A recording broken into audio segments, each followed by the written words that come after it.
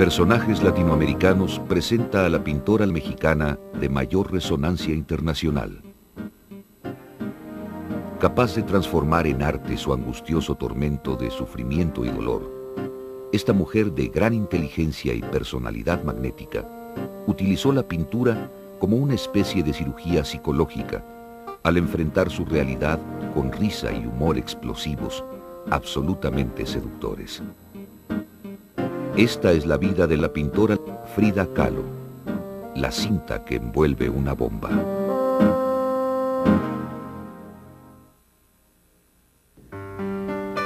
Mis cuadros son como las fotografías de mi padre para ilustrar calendarios, con la única diferencia de que yo pinto los calendarios que se encuentran dentro de mi cabeza, en lugar de representar la realidad exterior. Nunca pinté sueños, pinté mi propia realidad.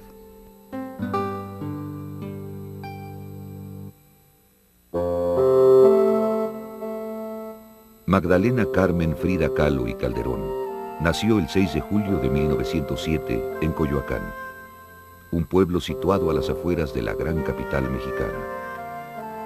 Su padre, Guillermo Kahlo, era un reconocido fotógrafo de origen alemán, quien después de haber enviudado y con 2 hijas pequeñas, se apresuró a contraer matrimonio con la madre de Frida, Matilde Calderón. De este segundo matrimonio nacieron 4 mujercitas más: Matilde, Adriana, Cristina y Frida. La familia Kahlo contaba con una posición económica bastante acomodada. Guillermo Kahlo era un fotógrafo contratado por el gobierno del dictador Porfirio Díaz. El padre de Frida fue comisionado para viajar por todo el país fotografiando edificios y monumentos históricos. Gracias a este trabajo, pudo costear la educación de sus hijas en el prestigiado colegio alemán y construir la hermosa Casa Azul de Coyoacán, donde Frida Kahlo creció. Matilde Calderón, la madre de Frida, era sumamente religiosa. A Frida no le interesaba educarse para ser una de esas señoritas recatadas que solo se dedicaban a su familia, viviendo en el anonimato tras la sombra de sus maridos. Ella no compartía esta visión de la mujer con su madre, lo que provocó fuertes fricciones entre ellas. Frida, por el contrario, era la preferida de su padre.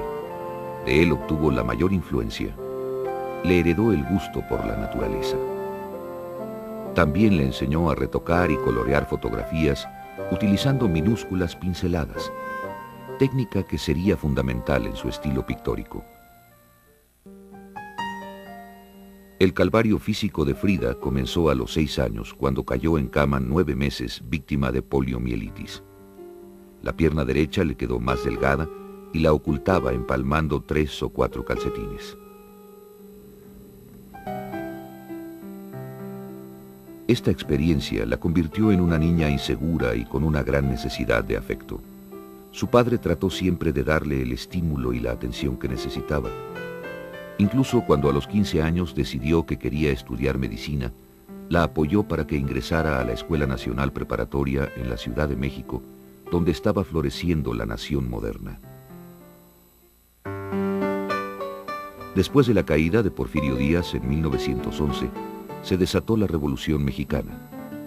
En 1922, para los que no sabían leer, el nuevo gobierno se dio a la tarea de llevar al pueblo, a través de la pintura en muros públicos, imágenes que glorificaran la historia y cultura de México.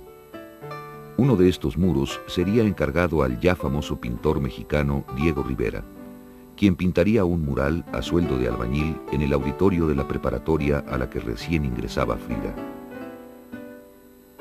Fue ahí donde vio a Rivera por primera vez. Frida solía meterse a escondidas al auditorio donde Diego trabajaba y se sentaba horas a observarlo pintar. A pesar de la fascinación de Frida por Rivera, en el verano de 1923 inició un noviazgo con Alejandro Gómez Arias, un apuesto y brillante muchacho, jefe de los Cachuchas. La intensa relación se prolongó por 4 años, en los que Frida, de niña, pasó a convertirse en una sensual mujer. Mientras Frida seguía creciendo, también crecían los problemas económicos en su casa. Con la caída del dictador Porfirio Díaz, su padre había perdido las lucrativas comisiones del gobierno. Para ganar dinero y ayudar a su familia, Frida se vio obligada a pasar por varios trabajos sin interesarse en ninguno. Finalmente, su padre consiguió colocarla como aprendiz del grabador Fernando Fernández, con quien descubriría un gran talento escondido. Comenzando apenas a vivir, esta muchacha de 18 años, llena de energía, pronto iba a sufrir una terrible tragedia con consecuencias catastróficas que la seguirían por el resto de su vida. La tarde del 17 de septiembre de 1925, el camión en el que viajaba Frida con destino al pueblo de Coyoacán chocó con un tranvía. El camión se partió en dos y el cuerpo de Frida quedó destrozado. Mentiras que uno se da cuenta del choque. Mentiras que se llora. En mí no hubo lágrimas. El choque nos botó hacia adelante y a mí el pasamanos me atravesó como la espada a un toro. Las consecuencias del choque fueron desastrosas. El hombro izquierdo fuera de lugar, 2 costillas rotas, 3 fracturas en la columna vertebral, 3 fracturas en la pelvis, 11 fracturas en la pierna derecha y el pie derecho dislocado y aplastado. Desde este momento el dolor y la lucha contra este se convertirían en los temas centrales de la vida de Frida. Después de pasar un mes hospitalizada luchando por su vida, siguió un largo período de recuperación en su casa. Casi inmovilizada a causa del corsé de yeso que debía utilizar, Frida comenzó a pintar. Me aburría muchísimo allí en la cama. Por eso decidí hacer algo. Robé unas pinturas al óleo de mi padre y mi madre me mandó a hacer un caballete especial puesto que no me podía sentar. Así empecé a pintar. Sus primeros retratos muestran una fuerte influencia de la pintura renacentista italiana, especialmente de Botticelli. El primer autorretrato lo hizo en 1926 como regalo para Alejandro, su novio, quien se mantenía cada vez más alejado de ella. Pintó este cuadro como un intento por retener a la persona que más amaba. No lo consiguió. Pintar se convirtió en el arma con la que pelearía sus más duras batallas, las del amor y las de sus terribles padecimientos físicos que no la abandonarían nunca. Para 1928, Frida Kahlo se encontraba recuperada del accidente. Sin embargo, la ilusión de convertirse en médico se había esfumado y nunca regresó a la escuela. Continuaba pintando en su casa. A sus 21 años era ya una mujer con una clara postura política, seriamente comprometida con sus ideales. Simpatizaba con el Partido Comunista, portaba camisas rojas y distintivos del partido y asistía a sus reuniones. Fue precisamente en una de estas reuniones, a través de la fotógrafa Tina Modotti, que probablemente conoció a Diego Rivera, aunque a ella le gustaba contar la historia de su primer encuentro de otra forma. Sufrí 2 accidentes en mi vida. El primero ocurrió cuando me atropelló un tranvía. El otro accidente es Diego. Con esta misma intensidad de sentimientos vivían también momentos de profundo amor. Diego le escribía cartas encantadoras en las que la llenaba de besos y la llamaba la niña de mis ojos. Frida, por su parte, vivía para Diego. Le gustaba tener la casa muy limpia y le hacía que le cocinaran sus platillos preferidos. A Rivera siempre le gustó que Frida vistiera los trajes típicos de las mujeres indígenas de México. Entre los preferidos de Frida estaba el que usaban las mujeres del Istmo de Tehuantepec, una comunidad organizada por un matriarcado. Frida llamaba mucho la atención con sus trajes y su vistosa joyería, especialmente en Estados Unidos, donde pasó los siguientes 4 años debido a los múltiples encargos ofrecidos a su esposo y en donde comenzó a descubrir ese mundo de imágenes por las que hoy es tan admirada y reconocida. Frida Kahlo llegó con Diego Rivera a San Francisco en noviembre de 1930. Desde su llegada, él se dedicó enteramente a su trabajo y por supuesto a sus modelos, asistentes y admiradoras. Los problemas entre ellos continuaron. Fue una verdadera fortuna para Frida contar con la amistad del doctor Eloeser, un médico de San Francisco que había conocido en México y que sería no solo su confidente sentimental, sino también su mayor apoyo como consejero médico hasta el final de sus días. Dejando los trastornos sentimentales a un lado, Frida toma de nuevo el pincel y produce un cuadro con el que revela su universo fantástico. En un retrato que pinta al año y medio de casada, Frida representa a Rivera como un gran artista. El arte siempre sería para él su pasión, y ella, pequeña a su lado, tomaría el papel de la amorosa esposa del genio. A pesar de que en Estados Unidos Frida estaba ya creando obras importantes con un estilo más definido, no se sentía todavía segura como pintora. Jugaba a pintar pequeños lienzos escondiéndose detrás de su esposo, el gran maestro pintor de grandes espacios. La enorme fama de Diego Rivera los llevó de San Francisco a Nueva York y después a Detroit en abril de 1932. Rivera estaba feliz en Estados Unidos, donde su trabajo era admirado y reconocido por todos. Frida, por el contrario, aborrecía Detroit. Todo le parecía inferior a México. La situación empeoró al quedar embarazada de nuevo. Esta vez tampoco pudo retener al bebé y lo perdió en un sangriento aborto. Pasó 13 días en el hospital y fue aquí donde ideó el primero de una serie de autorretratos que harían de Frida Kahlo una de las pintoras más singulares de su tiempo. Frida empezó a trabajar en una serie de obras maestras que no tienen precedente en la historia del arte. Cuadros que exaltan las cualidades femeninas de la verdad, la realidad, la crueldad y el sufrimiento. Ninguna mujer jamás plasmó en un lienzo la misma poesía agónica que Frida creó durante ese periodo en Detroit. Diego Rivera. A partir de este momento, Frida Kahlo tomaría como influencia principal para representar su realidad los exvotos mexicanos. Así como su incapacidad para ser madre le sugirió ciertas imágenes y reflexiones, lo mismo pasó con un eclipse que presenció en Detroit. Integra a su pintura las imágenes provocadas por estos acontecimientos y las convierte en parte importante de su lenguaje personal.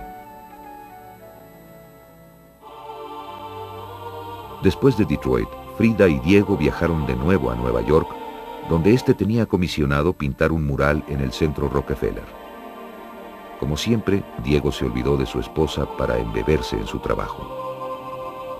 Diego no tenía ningún interés en regresar. A él le gustaba su vida de fama y reconocimiento en Estados Unidos y no iba a dejarlo todo por su esposa. El estado de ánimo de Rivera cambió cuando fue despedido del Centro Rockefeller acusado de pintar escenas comunistas. Unos meses después, el mural casi terminado fue destruido. Aunado a esta terrible decepción, estaban las peleas constantes con Frida y su insistencia por volver a México. Finalmente, ella triunfó.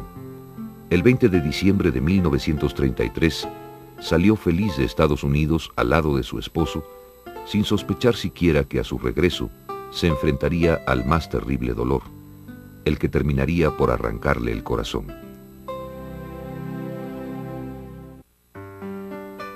En 1933, después de pasar 4 años en Estados Unidos, Frida Kahlo y Diego Rivera regresaron a México a una moderna casa que habían construido en San Ángel, un pueblo a las afueras de la capital.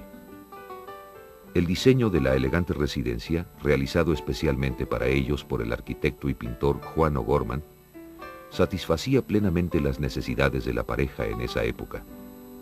Eran 2 casas completamente independientes, cada una con su estudio y unidas solamente por un puente. En una viviría Diego y en la otra Frida. Diego no la perdonaba por haberlo obligado a volver a México. Su matrimonio no marchaba bien y los problemas de salud de Frida regresaron. Los padecimientos físicos que la afectaban tanto estaban íntimamente relacionados con los sentimentales. Mientras Diego se portaba bien con Frida y le daba la atención que necesitaba, su salud mejoraba. En cambio, cuando no la atendía, eso la afectaba mucho y enfermaba. Pero no fueron los dolores físicos los que más la dañaron. El golpe más duro lo recibió al enterarse que Diego, su adorado esposo, estaba íntimamente involucrado con Cristina, su hermana menor, a la que más quería. La noticia la destrozó, y una vez más se apresuró a desahogar su pena como mejor sabía, registrando los hechos en una pequeña lámina de metal. Pintó unos cuantos piquetitos. Como manifestación de su ira, se cortó la larga cabellera que tanto gustaba a Diego, dejó de usar trajes de tehuana y se fue a vivir sola. Frida no soportaba estar sin Diego y al poco tiempo lo perdonó. También perdonó a su hermana Cristina. Tal vez en el fondo fue solo a ella a quien realmente perdonó. Se adoraban. A pesar de que regresó con Diego y que lo amaba, esta terrible decepción provocó un fuerte cambio en Frida. Se volvió más independiente. Ya no era la mujer sumisa y conforme de antes. Ella también tenía amantes con los que se veía a escondidas de Diego. Sin embargo, mientras que los amantes masculinos debían mantenerse en secreto, las relaciones homosexuales de Frida eran permitidas por su esposo. A la larga lista de amigos de los Rivera se sumó el nombre del revolucionario ruso Trotsky, para quien Diego había conseguido asilo en México en enero de 1937. Su carrera como artista empezó a despegar. En noviembre de 1938, a los 31 años, Frida Kahlo tuvo su primera exposición individual en la elegante galería de Julien Levy en Nueva York. Frida demostró ser una pintora por derecho propio, a pesar de que el apellido de Rivera pesaba fuerte en sus hombros. Después del éxito en Nueva York, viajó a París, invitada por André Breton, padre del surrealismo, quien al conocer su obra inmediatamente la catalogó como surrealista. No sabía que era surrealista hasta que André Breton me lo dijo. Lo único que sé es que pinto porque necesito hacerlo, y siempre pinto todo lo que pasa por mi cabeza.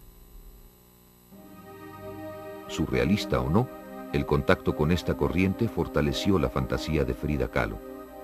A partir de 1938 se dio un notorio cambio en su obra. En ese tiempo todavía era muy difícil para una mujer ser pintora y a consecuencia, en la exposición de París, Frida no obtuvo éxito financiero. Sin embargo, el gobierno francés le compró un cuadro, El Marco. Hasta entonces ninguno de los grandes pintores mexicanos de la época había sido honrado con esta distinción. Durante su estancia en París conoció grandes personalidades del mundo del arte, entre ellos Picasso, quien como muestra de afecto le regaló unos aretes en forma de mano. El reconocimiento y el hecho de que ya estaba vendiendo cuadros dieron a Frida una mayor seguridad e independencia. Frida estaba confundida en sus sentimientos hacia Diego. Durante el tiempo que pasó fuera de México, tuvo una aventura con Nicholas Murray, un exitoso fotógrafo de ascendencia húngara, a quien ella decía amar. A pesar de que su romance con Murray era cosa seria, tampoco este fue capaz de eliminar la presencia de Rivera en el corazón de Frida. Al poco tiempo de su regreso a México, la relación con el fotógrafo terminó. Al llegar a su país y con su matrimonio desbaratándose, Frida se instaló en la Casa Azul de Coyoacán, que Trotsky ya no ocupaba.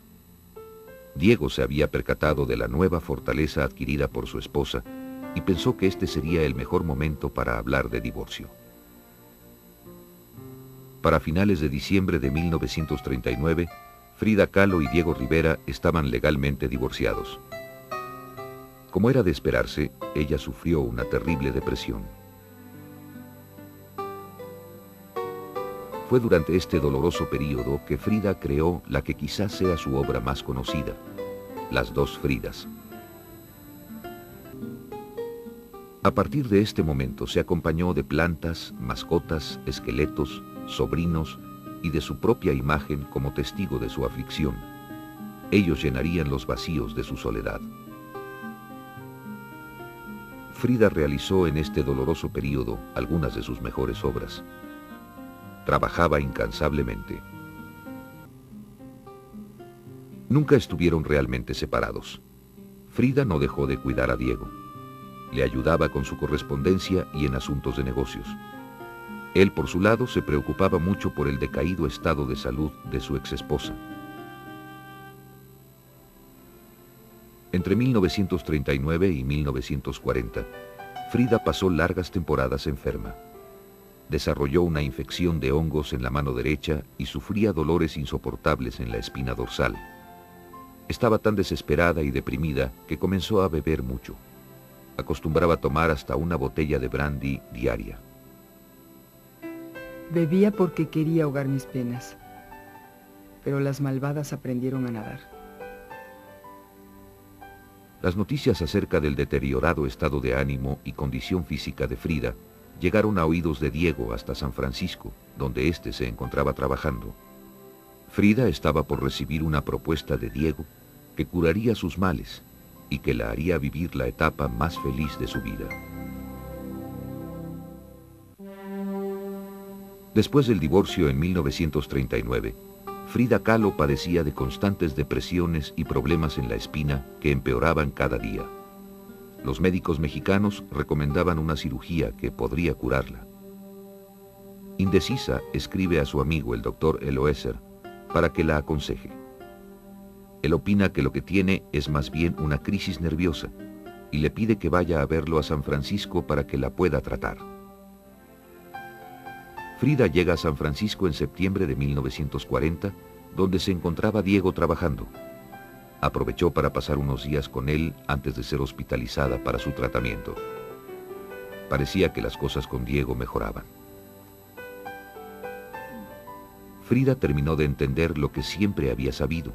Diego tenía otros dos grandes amores aparte de ella, la pintura y las mujeres.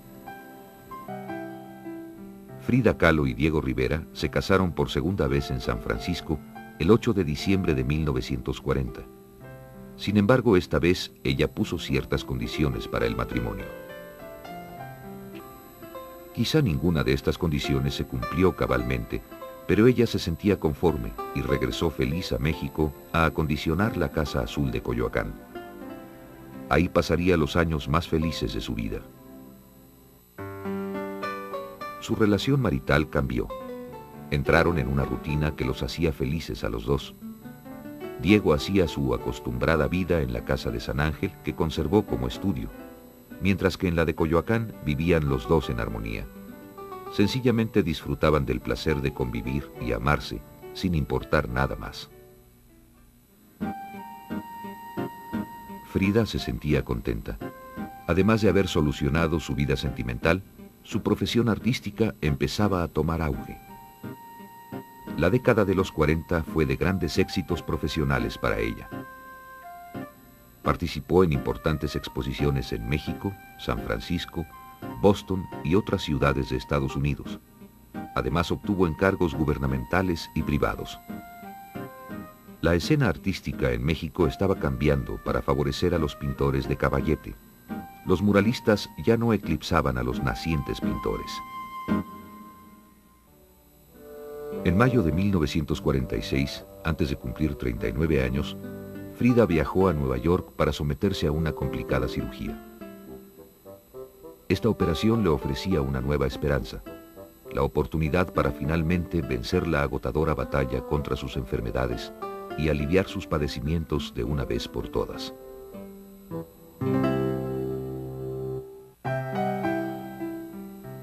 Para el verano de aquel 1946, el estado de salud de Frida Kahlo era devastador. Su única esperanza era la cirugía que el Dr. Wilson le practicaría en Nueva York. Era una operación muy complicada para 1946. Le soldaron 4 vértebras con una vara de metal de 15 centímetros y con un pedazo de hueso que le quitaron de la pelvis. Esta fue una de las 32 operaciones a las que Frida se sometió a lo largo de su vida. A pesar de las complicaciones que siguieron a la cirugía, Frida se mantuvo optimista y continuó pintando. Como recuerdo de la operación, realizó un cuadro que intituló Árbol de la Esperanza, mantente firme. Aunque tuvo buenas temporadas y parecía estar recuperándose, en realidad nunca se pudo sentir bien del todo.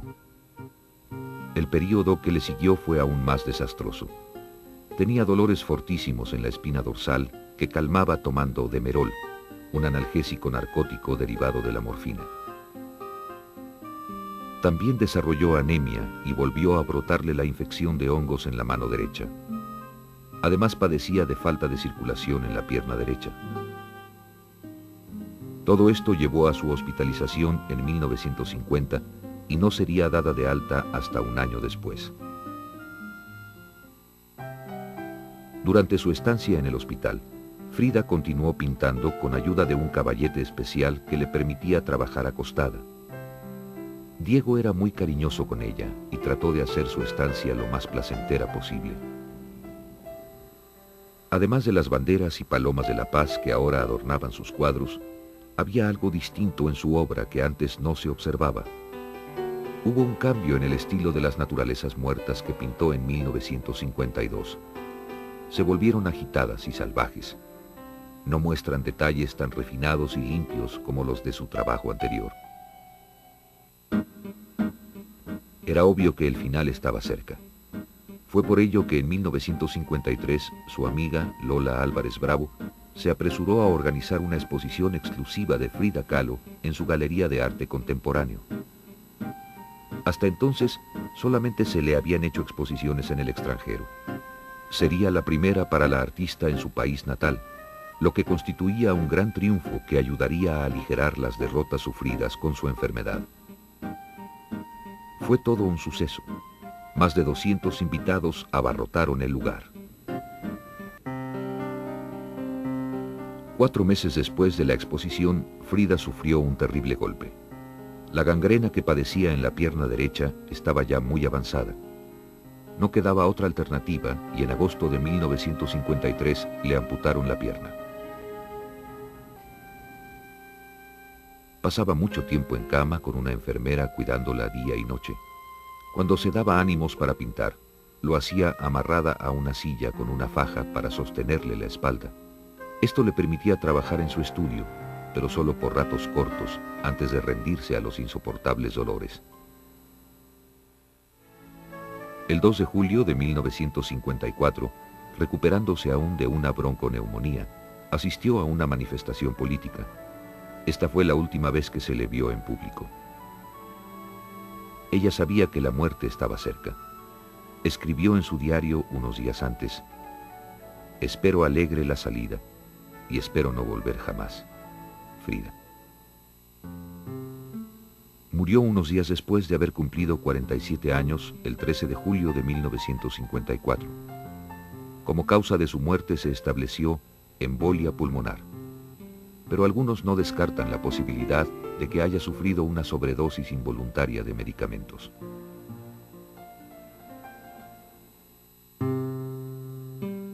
Frida Kahlo fue velada en el Palacio de Bellas Artes.